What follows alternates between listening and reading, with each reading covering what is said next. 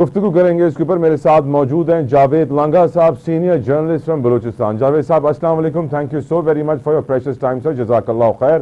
جاوید صاحب, بلوچستان میں آج دو بڑے افسوسناک واقعے. ہمارے میجر طارق نے جام شہادت نوش فرمایا. کل رات میں بس کو دہشت گردوں نے نشانہ بنایا, 3 لوگ جاں بحق, 7 زخمی. Balochistan continuously on the target ہے. انڈین پراکسی وار بھی چل رہی ہے. جاوید صاحب, what do you see the current situation, how do you see it, اور آپ کی نظر میں حل کیا ہے اس کا؟ کیا ہم کبھی آگے بڑھ پائیں گے بلوچستان میں قیام امن کے لیے؟ جاوید لانگا صاحب. تھینک یو طلعت صاحب. یہ بڑے انفارچونیٹ واقعات ہیں. ظاہر ہے جس بھی واقعے میں جو انوسنٹ لوگ ہیں ان کی جو جانیں جب ضائع ہوتی ہیں تو ہمیشہ یہ انفارچونیٹ اور انہیومن ایکٹیویٹی ہوتی ہے. بلوچستان میں متواتر یہ واقعات رونما ہو رہے ہیں اور وقفے وقفے سے اس طرح کے جو واقعات ہیں. گزشتہ لاسٹ ویک بھی آپ نے دیکھا کہ پشتون بیلٹ میں جو پنجاب باؤنڈ بسز تھی وہاں سے لوگ اتارے گئے اور اس طرح کی کاروائی ہمیں دکھائی دی اور شہادتیں ہوتی ہیں. آج بھی کراچی کی فیملی تھی, قوال فیملی ہے, امجد صابری کی, ان کے بھی بھائی اور اہل خانہ جو ہے اس میں متاثر ہوئے. ظاہر ہے یہ سارے بڑے دکھ دائق واقعات ہیں, لیکن بلوچستان میں ایک ڈیپ ہسٹری بھی ہے واقعات کی. جعفر ایکسپریس سے لے کر اس سے پہلے بھی ڈکیٹس تک ہم اس طرح کی صورتحال دیکھتے ہیں.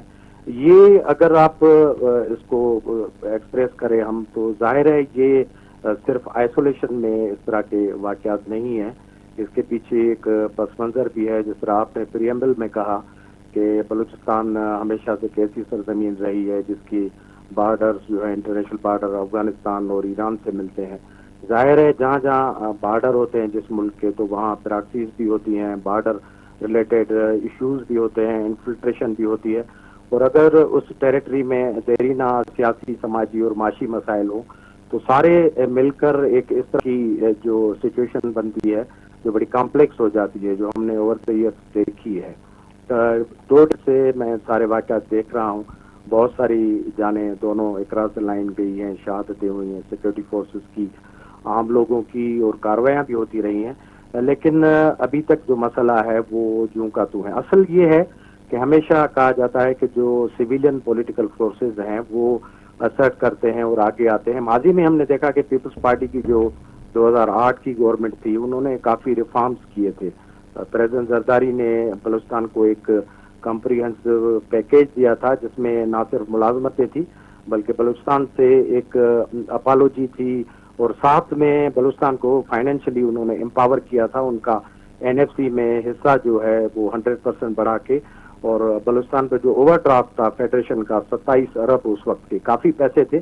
اگر آپ 15 سال پیچھے جائیں تو بہت زیادہ پیسے تھے, تو انہوں نے وہ معاف کروائے تھے. تو ایک بڑا فیل گڈ فیکٹر تھا اور سمجھا جا رہا تھا کہ 18ویں ترمیم کو ملا کر یہ جو ریفارمز ہوئے ہیں پیپلز پارٹی نے کیے ہیں یہ اگر کیپٹلائز ہوں تو بلوچستان آہستہ آہستہ گریجولی مین اسٹریم میں آ جائے گا. لیکن آپ کو پتہ ہے پاکستان کی جو پولیٹکس کے ہکپس ہیں, اپس اینڈ ڈاؤنس ہیں, اس کی وجہ سے وہ سارے ریفارمز ڈیریل ہو گئے, اور آج دوبارہ ہم اسی سچویشن میں ہیں جو 2008 میں اس وقت کی پیپلز پارٹی حکومت کے آنے کے اراؤنڈ تھی. تو ظاہر ہے سویلینز کو اسرٹ کرنا پڑے گا, امپاور کرنا پڑے گا ڈیسیجن میکنگ میں. بلوچستان کی جو پولیٹیکل پارٹیز ہیں جو پارلیمنٹ میں اور باقی چیزوں میں انکلوسیونیس میں یقین رکھتی ہیں ان کو آن بورڈ کرنا پڑے گا. اور ساتھ میں جو جس طرح کی کائنیٹک قسم کی جو ہیں اپنے آپریشنز و کاروائیاں وہ تو بلوچستان میں چلتی رہتی ہیں, کیونکہ بلوچستان کے جیو پولیٹکس کے اور جو باقی ڈائنامکس ہیں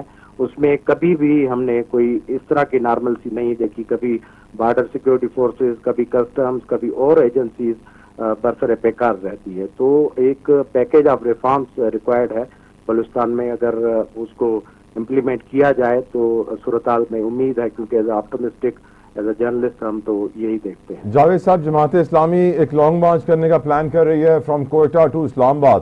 موجودہ حالات میں لانگ مارچ آپ کو کچھ خطرناک نہیں لگ رہا سر؟ جی بالکل لگ رہا ہے. جماعت اسلامی کے اپنے اس طرح پولیٹکس کے جو رموز ہیں پتہ نہیں وہ کیوں دیکھتے ہیں اس طرح کی, اور پھر ان کی جو لائک مائنڈیڈنیس ہے پولیٹکس میں اس کو بھی دیکھ کر لگتا ہے کہ ساری چیز کوئی سینکرونائز ہے. بڑی مشکل سے تھوڑا بہت جو معاشی استحکام آیا ہے جو ابھی فریجائل ہے اس میں اگر دوبارہ سے اس طرح کی چیزیں ایڈ کی جا سکتی ہیں، اور آپ جس طرح آپ نے کہا کہ ملک ایک وار کے فیز سے گزرا ہے اور اس کی ایک ہر طرح کی کاسٹ دینی پڑی ہے، اور اسی صورتحال میں اگر انٹرنل پولرائزیشن کا عمل ہوتا ہے جس میں لانگ مارچ